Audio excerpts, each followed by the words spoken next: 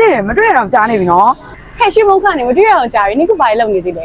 ငါဘာလို့ပါပဲခုဆိုငါမင်္ဂလာဆောင်ပြီးသွားရလေမြို့တော်မဖိတ်လိုက်ရအောင်အဲ့ကြောင့်မင်းကယောက်ျားစင်ထားရင်လည်းလှနေရပေါ့ဟုတ်တယ်ဒီလက်စွပ်လေးကကြောက်လေသူ့ဘက်ကအမွေပေးထားတာဒီငကလေးကကြောက်ပြောနေရလဲငါခုနင်းဝတ်ထားတဲ့ပတ်တိတ်ကိုပြောနေအောင်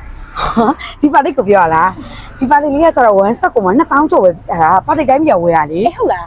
ဟုတ်တယ်အစင်သစ်တွေမှာအများကြီးပဲရှိရဲအဲ့ဆိုငါလည်းတောက်ဝယ်လာပြီโอเคတောက်ဝယ်လိုက်တော့နော်အဲ့ဆိုတောက်ရမယ်တကယ်ချင်း